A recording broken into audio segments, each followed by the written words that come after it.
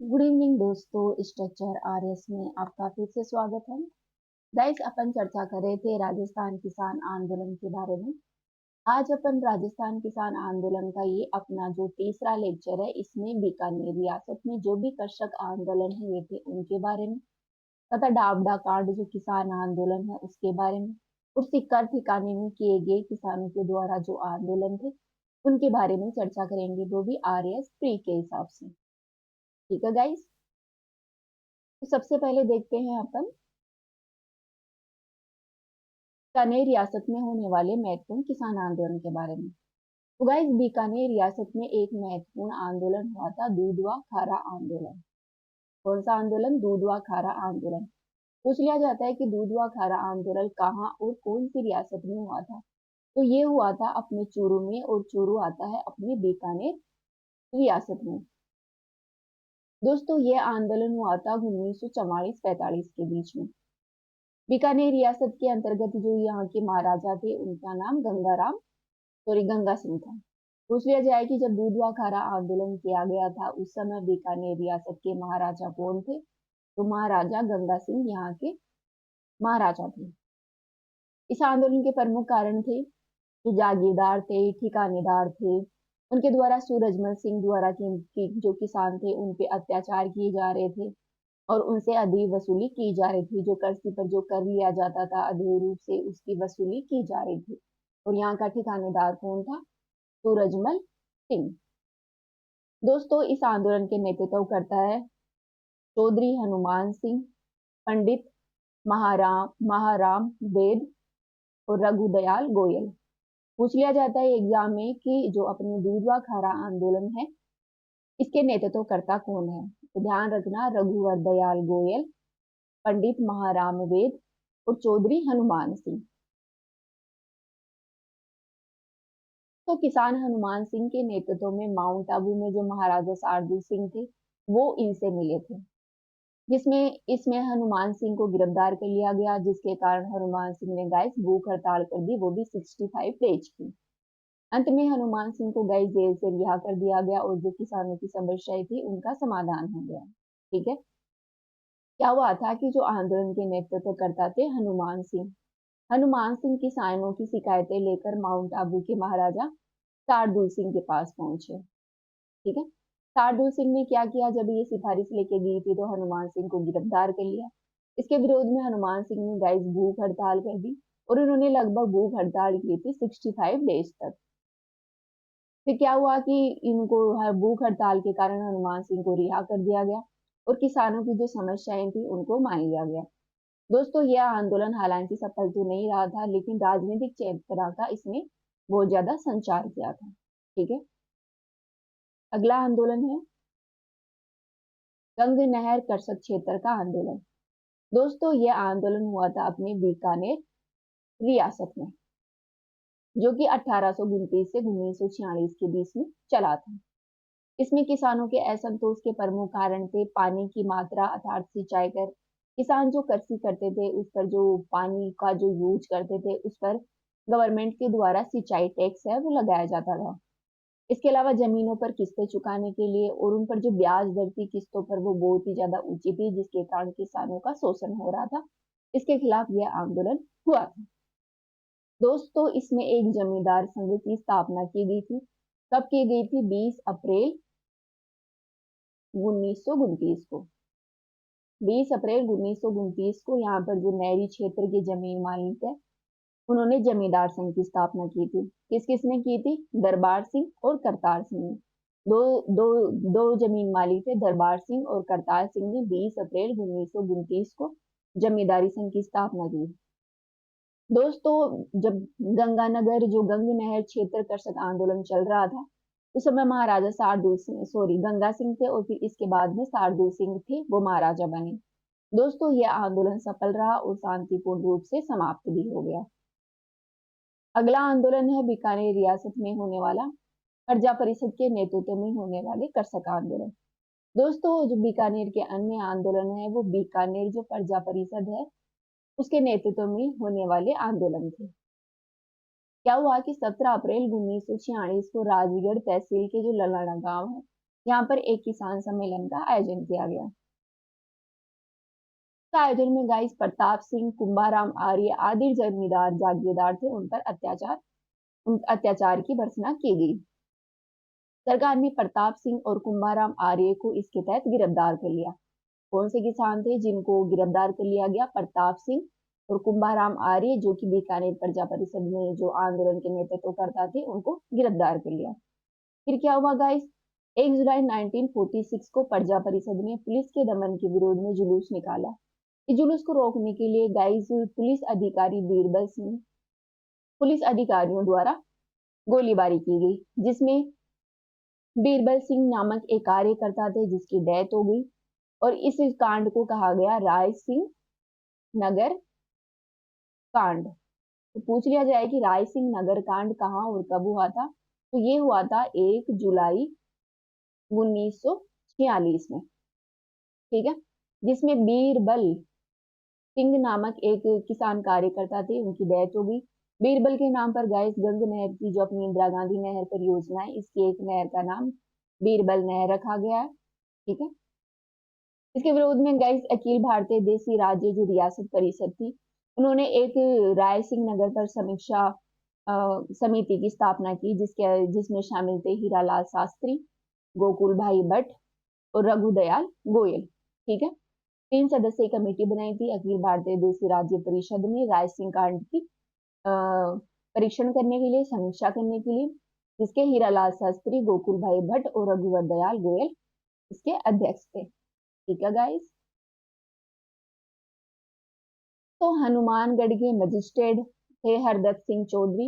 इन्होंने राष्ट्रीय चेतना से प्रेरित होकर जो सरकारी नौकरी थी उसे छोड़ दी और प्रजा परिषद की सदस्यता प्राप्त कर ली तथा 1 अगस्त 1946 को गंगानगर में प्रजा परिषद की बैठक में हीरालाल शास्त्री, गोकुल भाई भट्ट ने भाग लिया।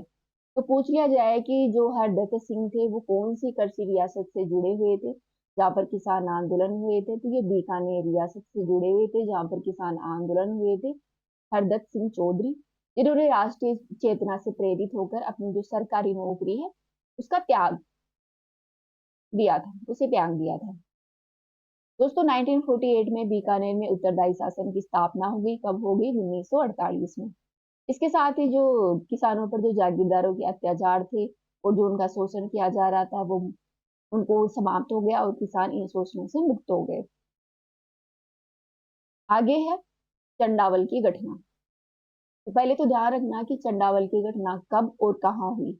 ये हुई थी 28 मार्च 1942 को अपने बीकानेर रियासत में, ठीक है। बीकानेर रियासत में 28 मार्च 1942 को यह घटना हुई थी, चंडावल की घटना। दोस्तों मारवाड़ लोक परिषद के कुछ सदस्य मुख्यतः मांगीलाल ने उत्तरदायी शासन दिवस मनाने के लिए चंडावल मौज पाली में 28 मार्च 1947 को एक सम्मेलन का आयोजन किया था, 1942 को, जिसमें लाठी से मारा पीटा गया पुलिस के द्वारा। दोस्तों इस चंडावल घटना की गांधी जी ने भी निंदा की, ठीक है। तो इसमें यही पूछा जा सकता है कि चंडावल घटना कब और कहाँ हुई थी। ये बीकानेर रियासत में 28 मार्च 1942 को हुई थी। फिर आती है बीकानेर रियासत में अन्य महत्वपूर्ण आंदोलन कौन कौन से हुए थे। ध्यान रखना, उद्रासर किसान आंदोलन, महाराजा किसान आंदोलन और खागड़ा खारा किसान आंदोलन है गाइस, वो बीकानेर रियासत में हुए थे। उद्रासर किसान आंदोलन है वो बीकानेर में 1937 में हुआ था, जीवन राम चौधरी के नेतृत्व में। किसके नेतृत्व में? जीवन राम चौधरी के नेतृत्व में उद्रासर आंदोलन 1937 में हुआ था। वही महाराजा किसान आंदोलन है वो बीकानेर में 1938 में हुआ था। कांगड़ा खारा किसान आंदोलन है वो चूरू में हुआ था गाइस। कहाँ पर? चूरू में 1946 में, जिसके नेता थे मेघ सिंह आर्य। कौन थे? मेघ सिंह आर्य के प्रमुख नेता थे कागड़ा खारा किसान आंदोलन के। तो ये अपनी चर्चा की बीकानेर रियासत में होने वाले आंदोलन के बारे में। अब अपन देखेंगे सीकर ठिकाने में हुए करसक आंदोलन के बारे में, ठीक है गाइस।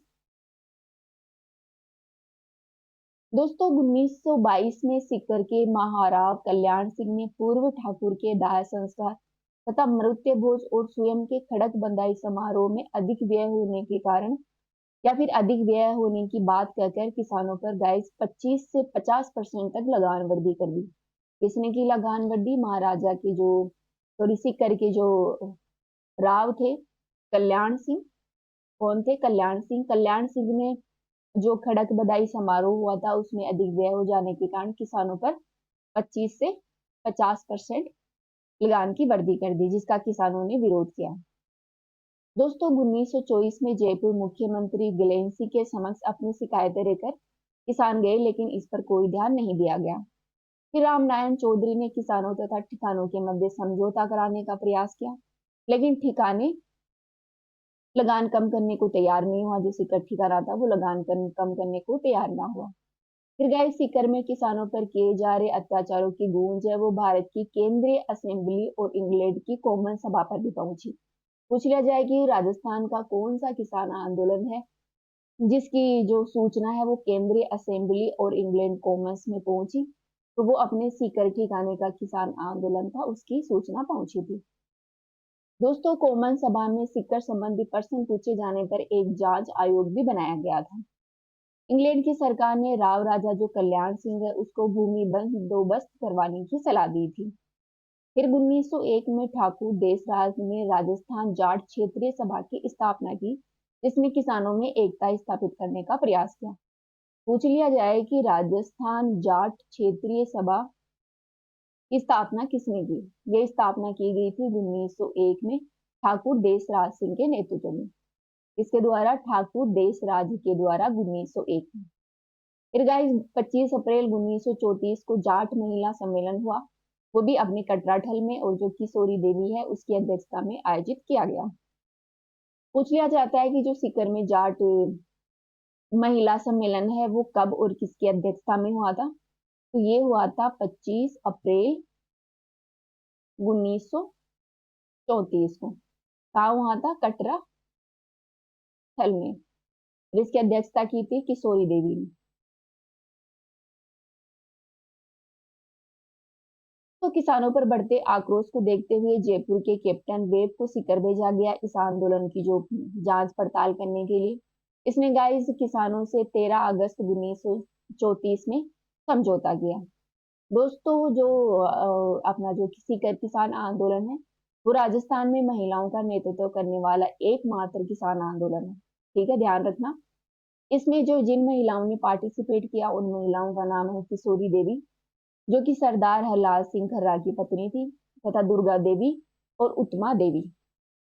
पूछ लिया जाए कि दुर्गा देवी, उत्तमा देवी और किशोरी देवी ये कौन से किसान आंदोलन से जुड़ी हुई हैं? तो दोस्तों ये अपने जो सीकर ठिकाने का किसान आंदोलन हुआ था उससे जुड़ी हुई 3 प्रमुख महिलाएं हैं। नेक्स्ट अपन आंदोलन की चर्चा करते हैं, डाबडा कांड किसान आंदोलन। दोस्तों डाबडा कांड हुआ था किसान आंदोलन 13 मार्च 1947 को। कब हुआ था? 13 मार्च 1947 को। दोस्तों डाबडा कांड है वो डीडवाना क्षेत्र अपना नागौर का है वहां पर हुआ था, जो कि मेवाड़ रियासत के अंतर्गत आता है। पूछ लिया जाता है कि डाबडा क्षेत्र है वो कौन सी रियासत के अंतर्गत आता है? तो वो आता है अपने मारवाड़ रियासत के अंतर्गत। यहाँ के महाराजा उमेद सिंह थे। गाइस 13 मार्च 1947 को डाबडा में मारवाड़ लोक परिषद के द्वारा जो किसान सम्मेलन है उसका आयोजन किया गया। इस सम्मेलन में ठिकानेदारों के बर्बर अत्याचारों द्वारा मथुरा दास माथुर, द्वारिकानाथ पुरोहित, छगनलाल चौपासीवाला, नरसिंह कछवाहा, चुन्नीलाल, रूपाराम, धन्नाराम, नंदराम आदि सहित 12 लोगों की इसमें डेथ हो गई। कितने लोगों की? 12 लोगों की। यहाँ पर मरने वाले ये लोग प्रमुख हैं। ठीक है, इनका नाम ध्यान रखना। कौन सी घटना में? डाबडा कांड में, जो की हुई थी 13 मार्च 1947 को। दोस्तों यहाँ पर जो सर्वाधिक किसान थे वो जाट जाति से बिलोंग करते थे। ठीक है, ये आती है डाबडा कांड पर लिखी हुई प्रमुख पुस्तक डाबडा की कहानी उसी जुबानी। ये लिखी थी श्री राम कल्ला ने। ठीक है, पूछ लिया जाए कि डाबडा कांड पर जो कि 13 मार्च को हुआ था, कि इस पर जो पुस्तक लिखी गई है डाबडा की कहानी उसी जुबानी, किसने लिखी थी? तो ये लिखी थी श्री राम कल्ला ने। ठीक है दोस्तों, डाबडा को जाट किसानों की धर्मपल्ली भी कहा जाता है। पूछ लिया जाए कि डाबडा सॉरी जाट किसानों की धर्मपल्ली किसे कहा जाता है? तो ये कहा जाता है अपने डाबडा क्षेत्र को। दोस्तों अंततः जून 1948 में जय नारायण व्यास के नेतृत्व में मंत्रिमंडल का गठन किया गया, जिसमें किसानों को इस आंदोलन से लेकर राहत प्रदान की गई। तो ये अपन ने चर्चा की डाबडा किसान आंदोलन के बारे में। तो गाइज आज के वीडियो में इतना ही। नेक्स्ट वीडियो में फिर मिलते हैं, जो राजस्थान के बच गए किसान आंदोलन उनके बारे में चर्चा करेंगे। तो अभी इतना ही। Thank you.